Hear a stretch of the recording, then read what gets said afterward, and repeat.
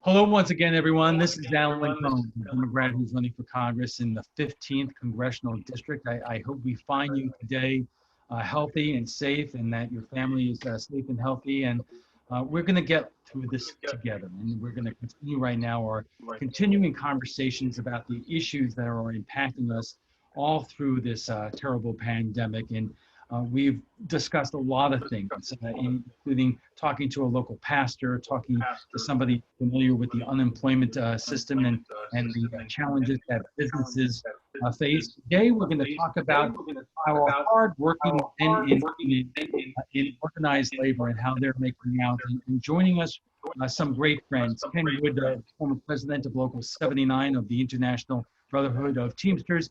Ed Chambers, president of Local 1625 of UFCW, the United Food and Commercial Workers Union, and Dustin Adams, president of the International Alliance of Theatrical Stage Employees and Moving Pictures Technicians, otherwise known as IATSE. And Dustin, I'm going to start with you, because when we talked a couple of weeks ago, you were one of the first people to identify the problem that so many thousands of people in Florida are having with the state's dysfunctional unemployment system, because most of your members, correct me if I'm wrong, have lost their jobs during this pandemic. And when they went to file for unemployment, it was not a pretty picture.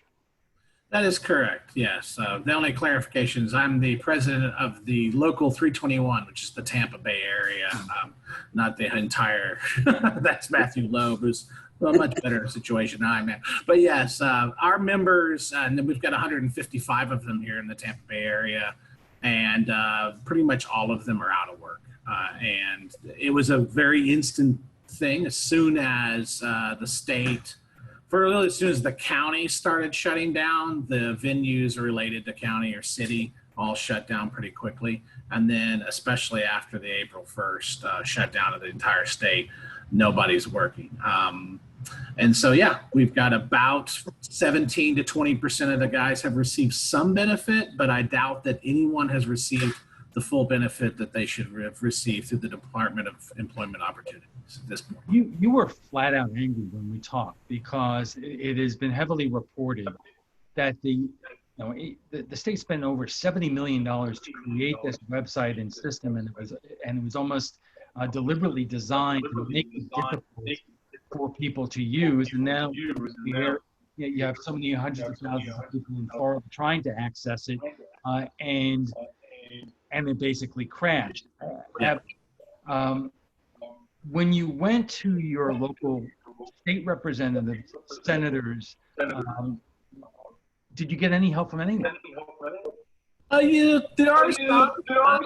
Honestly, it depends on which side of the aisle. Of course, more recently, it's become very well known, the problem. Even DeSantis responded appropriately as you'd expect him to respond. But in the end, it's sort of something that at this point, it's not really for the politicians to fix as much as it is for the Department of Economic Opportunities to fix. So they just have to have the funding behind them, which of course is still hard for them to get. But it is definitely a problem. And the truth is that if you look at last year, no COVID-19, look at last year, the system paid out 14.5% of the people who applied. So that's designed on purpose for people not to get money. And that's continuing on. Now we're up to 17, 18%. Maybe it's 22 today. I haven't checked it today, honestly. But as of Friday, it was like 17.5% of the people who applied as individual applicants have actually gotten some benefits. That tells you that the system has got some hurdles. Even when you're in the system, it's got hurdles. That's not counting the people who didn't get in. That's people who are fully applied. So there's a design there, definitely. A tremendous amount of your members who are also impacted by this, who work at Disney, and I want to get to them in one moment. But first, I wanted to ask you, one of the last things we were able to do before we all started staying at home was to come out to your office in Lakeland to talk to you and to talk to a nursing assistant and a local assisted living facility about conditions there. And at that point, workers at these facilities were reusing their PPEs, putting them in baggies and using them longer than you should be using them in a situation like that. Number one, has that situation gotten any better? Yes. The employers have done a good job. We've insisted, but the employers have done a good job providing the proper protective equipment. If you want it, you can exchange it in and out. They because of the economics, they'd rather, if you're not exposed to anybody, you don't swap out every single day. But I don't believe anybody's keeping them more than 4 or 5 days. Now, in the hospitals, they swap out every day. If you're on a COVID floor, you swap out every single day. You get completely undressed. When you show up to your unit, you put on the garb. And if you take a break later on in the day, you got to get completely undressed and all that stuff goes away and you start over fresh. And let's be clear, your members, those who are working in the nursing facilities or the hospitals, that they're putting themselves at great risk and danger. And correct me if I'm wrong, you've had members who have tested positive for COVID. No, we absolutely have. We've been fortunate. We represent over 100 nursing homes. We had a catastrophe where 50 or 60 people, residents and members tested positive up in Live Oak. Around here, we've had very few of our facilities. I want to give us some credit because we're pushing the PPE, because we're educating the members. We have very few in the unionized nursing homes that are getting it. They do, but it's much rarer. There's a home, a non-union home right now in Lakeland, and they've had a dozen deaths. Okay, a dozen employees and a dozen deaths. But they didn't have an advocate pushing management to provide the proper protection equipment. What kind of help and assistance have you gotten from the federal government in Washington? And I'm talking about, whether it's our member of Congress currently or others, to make sure that you're not only that your members, but these facilities have what they need. We have gotten zip, absolutely nothing. The last time that you came in and you interviewed the members, Spano, who's our congressman, my particular congressman, posted something that he was going to reach out, but he's yet to reach out. And when you've got thousands and thousands of people in the healthcare industry, being the first provider, I got congressmen from all over this state, as I'm sure Kenny does, and so does Dustin. Anything I can do, can I help you? I'm not getting our own guy. He is, and I'm a pretty easy guy to find. He has not reached out once to talk to any of my members, to see if any of the members needed anything, if they were healthy or anything. Nothing. The congressman is putting out statements regularly in terms of what he is doing during this crisis, but you're saying that he is not talking to your members who are on the front lines in these facilities in terms of how it's going and what he can do to make it better. Correct. He, as far as I know, he has not talked to any of my members. I know he hasn't talked to any of my staff. We have the authority, our operators in the nursing home industry.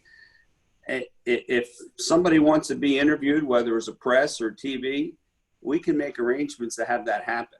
We haven't had it happen. We had a big group meeting with the Lakeland Ledger with a bunch of nursing home employees. It went over fantastic. So the employers are said they don't want everybody interviewed. They don't want people going out and talking to the press, but they will make that happen if he wants to come our way. But I'm not going to reach out to him. Ken, as the president of Local 79 of the Teamsters for many years, you were on in terms of dealing not only with your membership, but members of Congress, U.S. senators.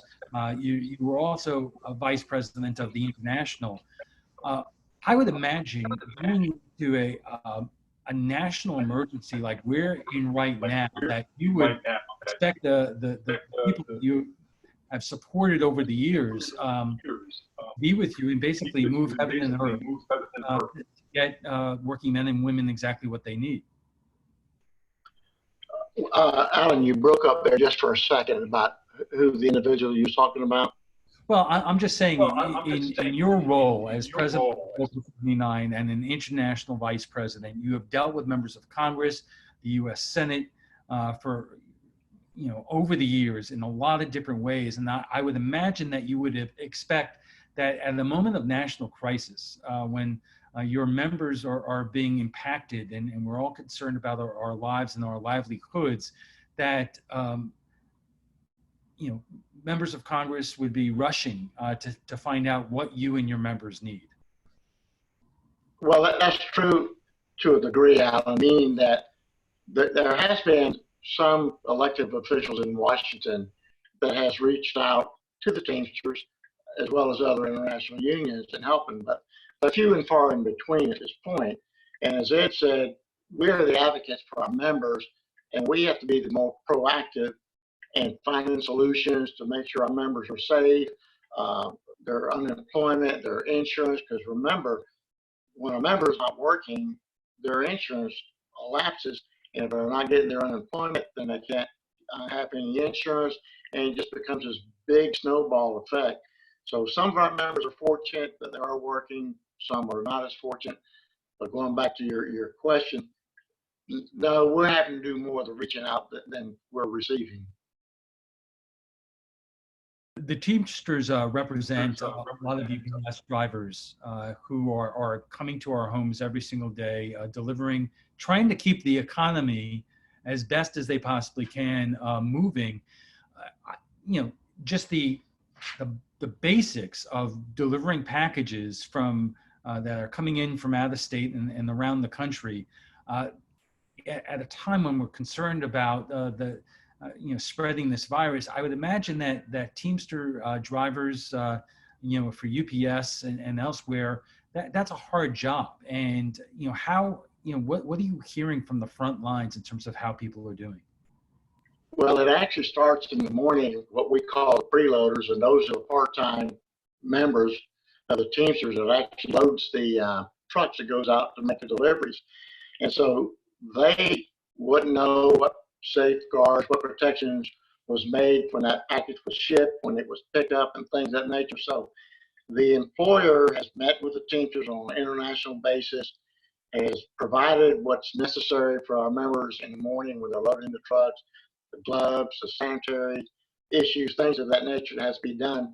And they're telling the drivers that if you feel in making a delivery that this person might not be safe or you're uncomfortable, keep your distance. You don't have to get the signature. So the company is working with us, but again, we're the advocates for the members to sit there and make sure that our members are going to be safe. And they're working a lot of hours. There's a lot of people, as we all know, using e-commerce now, and they're going to a lot of homes, and you never know walking up to that door, whether it's a residential or it's a business, what you're going to be faced with. So they're doing their job. They're out there doing what they're supposed to be doing. They're working hard, but they're nervous. And I don't know if people are aware of this, but you have a lot of members who are working in the healthcare industry, a tremendous amount of workers who work at Disney. And as we know, Disney is closed. How has the company had the backs of your members, and what are your major concerns right now? Sorry, who was that directed to? To Ed. Okay, because my mic got unmuted. So. Let me unmute mine. To Disney's credit, even though they shut down in early March, they continued to pay everybody through the 19th of April. So they got a check up until the 26th of April. Disney's continuing to pay the medical insurance. So if you had medical insurance prior to this, you're still getting it. So Disney's done a very good job. I'm a little confused, and I'm all for everybody getting as much as you can, but the unemployment here in Florida is $275 a week. you get the 600 stimulus, and I haven't heard of anybody getting it, the extra $600. I don't know if Dustin or Kenny has. That's $875. That's more than they were making when they were working. Right. And we, but it will run out in 12 weeks.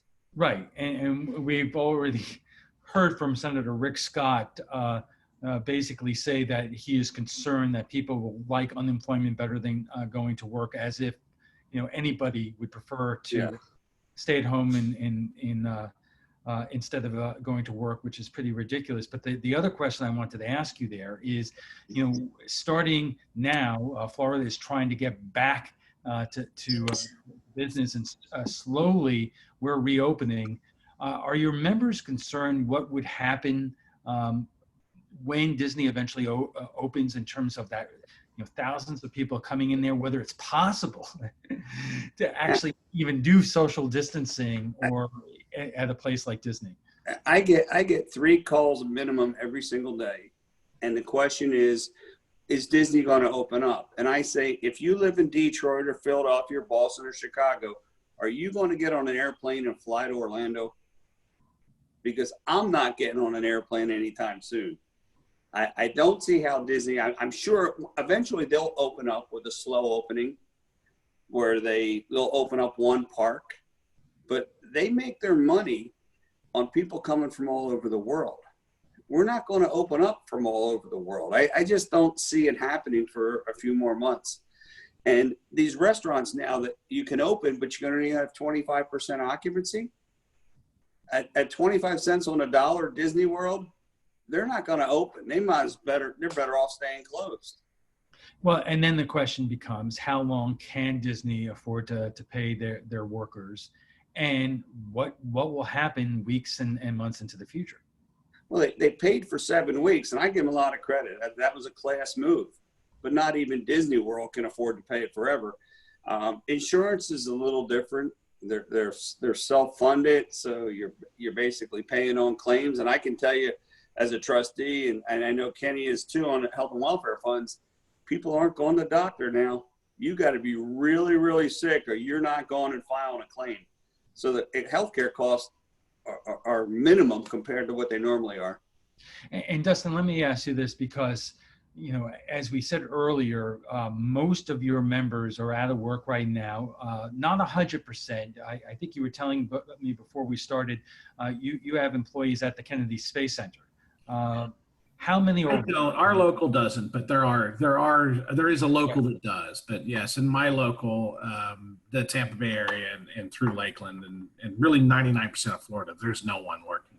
So, you know, it's going to be a long time before we get life back to normal, and people feel like they can go to the theater. So you're talking about 2 different things here. You're talking about your members who work there, and the other people who work in the theater, and you're also talking about theater owners and how long they could survive. Are there any conversations taking place about, if not when things can open up, what to do in some fashion so these theaters can survive and maintain connection to their workforce? There is, you know, really we're in a similar situation as Disney, most of the theaters, including like the one that I work at. It's going to be probably the very last thing that people are willing to do. I mean, in the end, kind of like flying, sometimes you have to fly, so you don't really have a choice. But like vacation, where you're going to go to Europe, it's going to be one of the last things that happen, because people aren't going to sit next to someone 2 feet away for 3 hours to watch a show. So so really it is one of the last things. I know that 2 theaters in the area, the 2 bigger performing arts centers in our area, have both already looked at, okay, how do we do this 25 percentile thing? Or better yet, how do we do the 6-foot social distancing?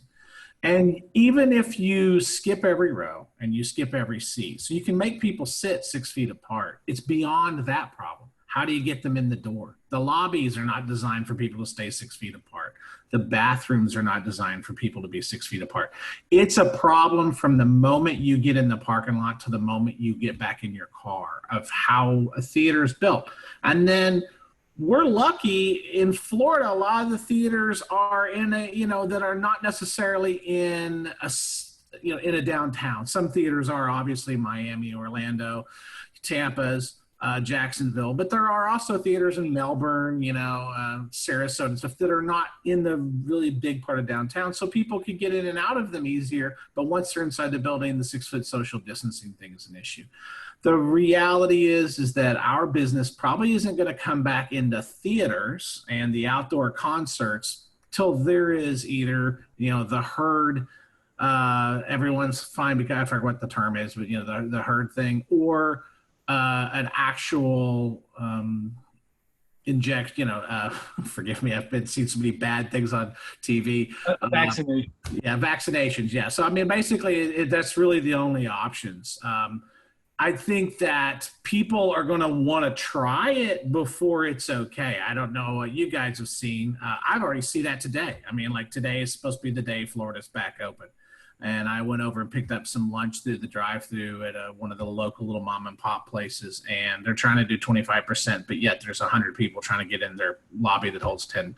People are already, I know they're going stir crazy, but there's a little bit too much, I think, urgency to get back to normal. We all understand it. I want everyone to work, but the reality is, if we just all go back and then we're all back 6 months from now, we have to shut down again, we've accomplished nothing. So that's not a good thing either. So, I mean, it's a tough thing, but the theaters will be the last places probably. The TV, the movies can come back earlier. So the film industry will be able to come back in a little bit shorter time, but it's the theaters will be probably the last places you'll see, and Disney as well will probably be one of the last things that opens up, because it'll be really hard. And I agree with Ed. Hats off to Disney. What they did was a lot. They definitely went further than a lot of employers have. So wrapping this all up, Ken, I mean, we're dealing with something that is unprecedented in our lifetimes, and something that we should have known is a possibility. And the fact is that the government has studied this for decades and knew that this could happen. We could argue or not whether this administration was prepared. But the question that I would like to ask you 3 months into this is, what does our federal government need to do right now to make sure that that, number one, they're adequately protecting the health and safety of Florida residents, but also that we're creating a situation where Florida companies and workers throughout the Florida and the country have jobs to go back to, and the kind of programs needed to make sure that people are taken care of to the best of the government's possibility. Alan, I think what I'm going to say is what a lot of our members, a lot of the citizens of this country are thinking. They went to Washington or Tallahassee or whichever capital they went to as an elected official to take care of their constituents. And this should not be a political game, pointing the fingers, blaming one another. There should be a unification of everybody to sit here and say, we are dealing with something that we've never heard of, seen before. Every day there seems to be a different message coming out, and it's becoming to the part now that the people I talk with and what I hear, they do not know who to believe. They don't know what's the right thing to do. So to open up the state in any capacity, how do you sit here and say, as an example, Hillsborough County, you're okay on May 4th to do 25% of this, and then you have an adjoining county that's in worse condition than we are. How do you stop them from coming over and spreading what we're trying to stop? So there's so much misinformation that's coming out of this administration. As I said, it seems like there's more of a finger pointing than to sit down with the right people, let the medical profession tell us what it is, what needs to be done, and just to rush back to try to put people back to work. Look, I understand people are hurting, but as Dustin said, why did we go back too early to create a worse problem? We're kind of figuring out how to live to a degree I know there's people suffering, and that's a difficult, but that's where the federal government should be stepping in and saying, look, these people aren't working. These people don't have insurance coverage. These people need food, or whatever the issue might be, and they ought to be helping those. And this big bailout they did initially for the small businesses, you know, there's every time we try to do something, somebody else figures out how to gobble up the big portion of it. So where the money was dedicated, that I thought, they didn't get it. So they just get hurt worse. And every time we try to help somebody, somebody's figured out a way to get a bigger piece of the pie. That is the subject of our next get together. Exactly what's happening with those programs. So Ken Wood from the Teamsters, thank you for joining us. Ed Chambers with UFCW and Dustin Adams with IATSE. Thank you all for joining us. And we're gonna look. This is about leadership, and we have seen around the country, especially with some governors who have excelled in terms of keeping people informed about what's going on in plain language, the good, the bad, what's working, what's not working. You know, we need to ask tough questions of our government, especially our government in Washington. And we need to demand answers, and we need people to go to Washington, number one, who have that experience and also that ability to push and push and push to make sure that that our residents are getting exactly what they need, and never has it been more important, because never has there been more on the line, like life and death. So anyway, gentlemen, thank you for joining us, and you know, best to your families and best to your members, and to all of you out there, please remain safe and healthy, and together we're going to get through all of this, and we're going to get through it together. So again, this is Alan Cohn, the Democrat running for Congress in the 15th Congressional District. Until next time, stay safe.